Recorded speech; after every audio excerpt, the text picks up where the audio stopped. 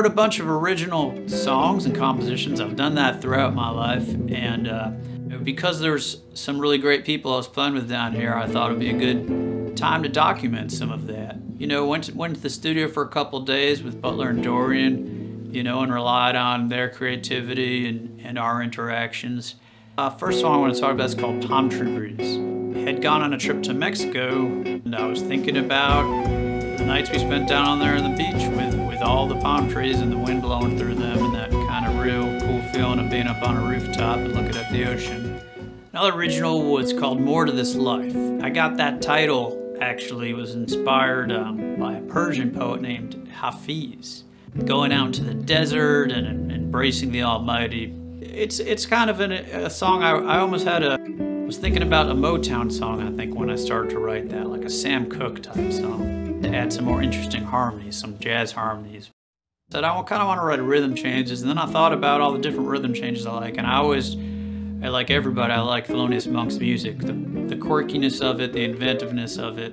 So that was Rounded Corners, and it's very piano-based, but I thought it'd be kind of cool to do something on guitar that's guitar-based, rhythm changes, a little bit of a nod to Monk. What else? Then I knew there had to be a blues. So, because we love the blues, it's part of jazz. I didn't want to just do a straight-up 12-bar blues, so I did blues with a bridge. Sonny Rollins had a song like that, Sunny Moon for Two. Sunday Evening Duke. That's another song I said I want to write. You know, I love melody. It was a little bit inspired by Duke Ellington, his songs that are very bombastic and up-tempo.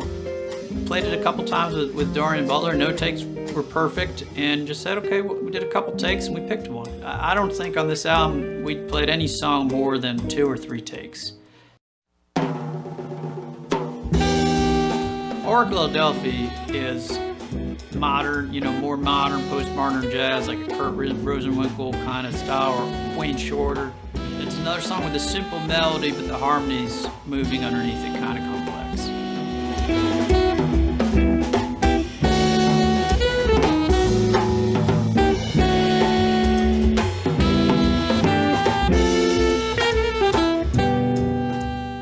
The standards, I chose 2 standards. I wanted it to be 8 songs for an album. That's a nice round number. St. Thomas, you know, made, you know, Sonny Rollins tune. Melodic, fun, lighthearted.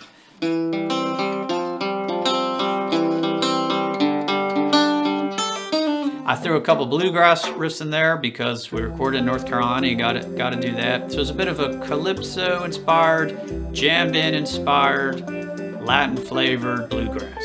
And the other standard is a really beautiful haunting melody by Sam Rivers, a saxophonist. It's a simple melody, it's a haunting melody with some interesting harmonies underneath it, and I like playing that song. The nice thing about making a jazz album is it's how you played that day with the people who you're with and the room you're with. It's a time and place. You know, that's the album we came up with. No overdubs, no edits, a few takes on each song, and that's what you got. So that's what we did. Hopefully, people like it.